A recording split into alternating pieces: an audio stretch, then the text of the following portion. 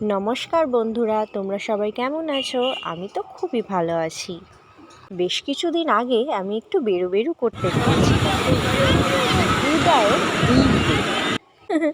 বুঝলে না তো, দীপুদা মানে দীঘা, পুরী, দার্জিলিং, বাঙালির ইমোশন। তারই মধ্যে একটা দীঘা।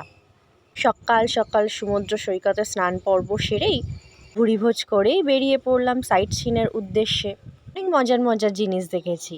ঢেউ সাগর দেখেছি, অমরাবতী পার্ক দেখেছি, সায়েন্স মিউজিয়াম দেখেছি, চন্দনেশ্বর মন্দির দেখেছি, আরও অনেক অনেক মন্দির দেখেছি।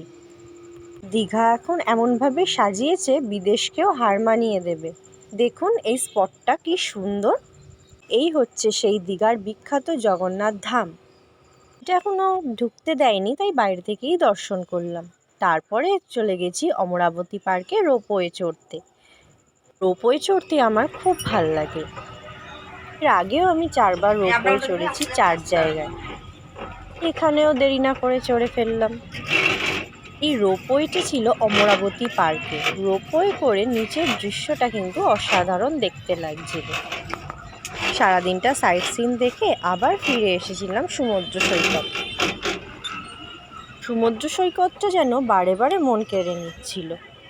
প্রতিটা ঢেউয়েই কেমন নিস্তব্ধতা আর গভীরতা দুটোই যেন মিশে মিশে আছে। যাই হোক, মা বাবার সাথে দিনগুলো খুব তাড়াতাড়ি কেটে গেল। তিনজনে মিলে অনেক স্মৃতি তৈরি করলাম, আনন্দ করলাম। খাওয়া বদলের জন্য ছোটোখাটো ডেস্টিনেশন হিসাবে দীঘাটা কিন্তু বেস্ট।